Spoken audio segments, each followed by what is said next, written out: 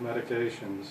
As a result, Morgellons also has a psychological component. Once people become aware that symptoms such as theirs are treated as illusions, they're reluctant to seek further medical attention and tend to withdraw from society, with their only contact with others being through the internet.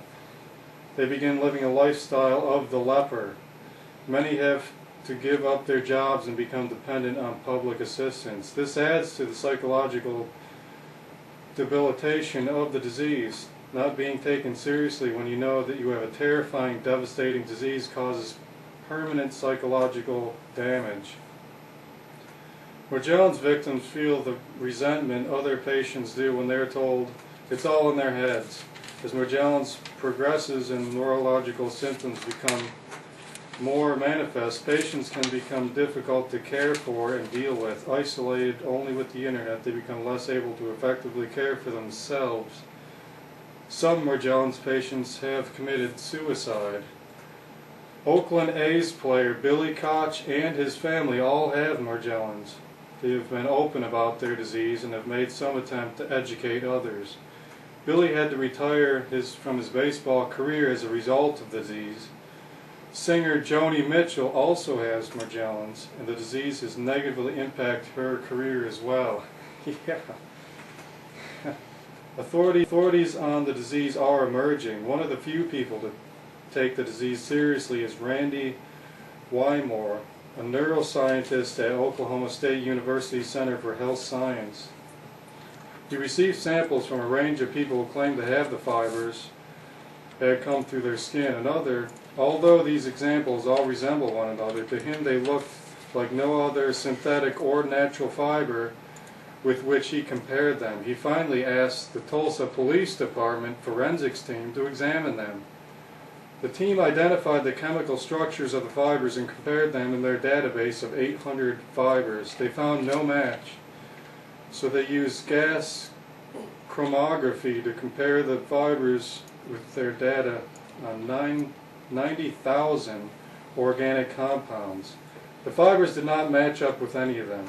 They concluded that the fibers were unknown and not contaminants from clothing sticking to scabs on the lesions that had been thought so, ready to dismiss what their patients were saying. Weimer and the forensic team concluded that the disease producing these fibers was very real and very frightening. Morgellons GMO link persists. Figures. Yeah.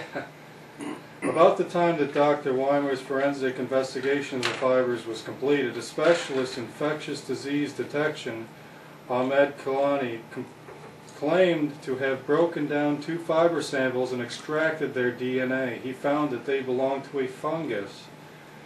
Meanwhile, Vitaly Kodovsky, professor of biochemistry and cell biology at Stony Brook University in New York, discovered the fibers contained the substance Agrobacterium tremofasciens.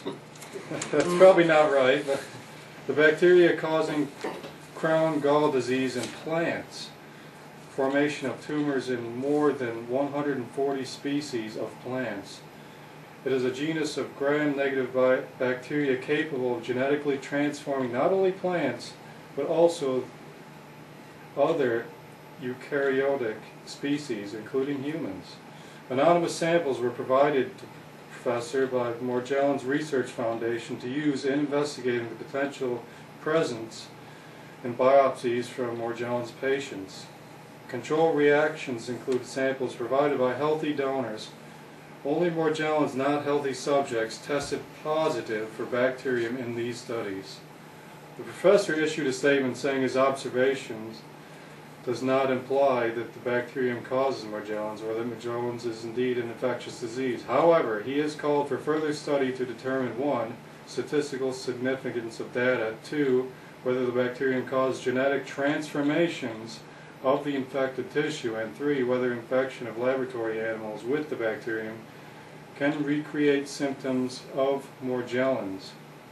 And I'll just stop right there. Again, we've discussed the potential ramifications of genetically modified foods, genetically modified organisms being unleashed throughout the world with little to no FDA testing. You know, we saw Michael Taylor from Monsanto actually being hired into the FDA to regulate genetically modified foods. Again, someone from Monsanto being hired by the FDA to regulate GM foods. And there's a whole litany of information where they feed mice genetically modified food, they get cancer, they die, but yet, you know, it's not mainstream. And this, Mr. Jones, is a very, very real situation, folks. You're not going to hear it on mainstream news. Joni Mitchell, I mean, look this up. Now, you're not going to hear that your local flu shop might have H5N1 bird flu in it either. We've got one more break. We're going to go ahead and take that, and then we're going to come back with your phone calls for the rest of the half hour. So this is Farron and Brian on the Real News, WSIC 1400, WDSL 1520. Thought I'd play you a little Joni Mitchell.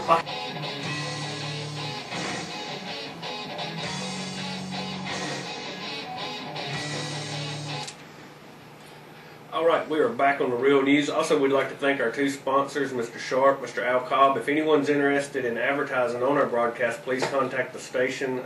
We'd be happy to have you to help us out here with what we're doing. And we want to have a little longer time to take phone calls. That's one of the main focuses of the broadcast, is for you, the listener, to have a forum where you can voice your opinion, whether you like it, dislike it, for it, against it, or whatever you got on your mind. You can call in and say so. The phone numbers are 704-873-1400 is our Statesville number, and Davie County number is 336-499-0681. If you'd like to call in today, please go ahead and call. Don't wait till the last minute.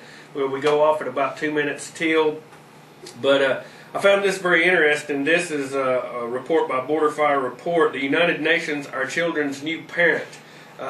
Through its various agencies and treaties, the United Nations seeks to undermine individual as well as national sovereignty. It has been almost 15 years since President Clinton signed on to the United Nations Convention on the Rights of a Child, UNCRC.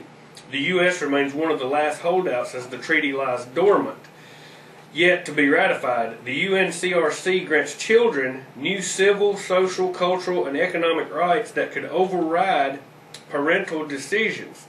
Senator Barbara Boxer, Democrat from California, is pushing for a vote, as there is a real sense that under the Obama presidency, the UNCRC could finally be ratified. If the UNCRC is ratified, parents could be prohibited from homeschooling and spanking their children. Are you hearing what we're saying? We've got a phone call. We'll go ahead and go to the calls. Hey, you're on the Real News. Hello, how are you? Good. How you doing, sir? I got 2 or 3 lawnmowers I'd like to sell. Well, if you don't mind, call in Monday through Friday, 9 to 11 on the Home Ad Show. Oh, I thought this was a homemade show. Oh, this is the Real News show here. We're talking about federal government and our constitutional rights. Again, with the crumbling economy, everybody's struggling to sell their assets while they're still worth something. Yeah. But yeah, if you would like to call in and comment today, again, the phone numbers are 704-873-1400 and Davie County numbers 336-499-0681. And back to the UNCRC bill that very well may be passed by the United Nations under Obama administration. It grants children dangerous new rights, thus encouraging more rebellious behavior. The truth is that in many cases, children do not have the wisdom and maturity to make sound decisions. The treaty also gives children the mechanism by which they could dispute any parental judgment.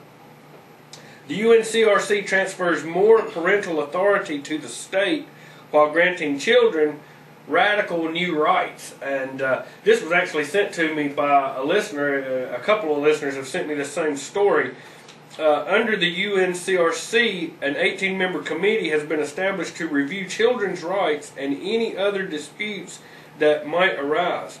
In many cases, we are already bound by international treaties, and the UNCRC gives unaccountable UN bureaucrats the power to make decisions concerning our children's well-being. Parents are being demoted to simple caregivers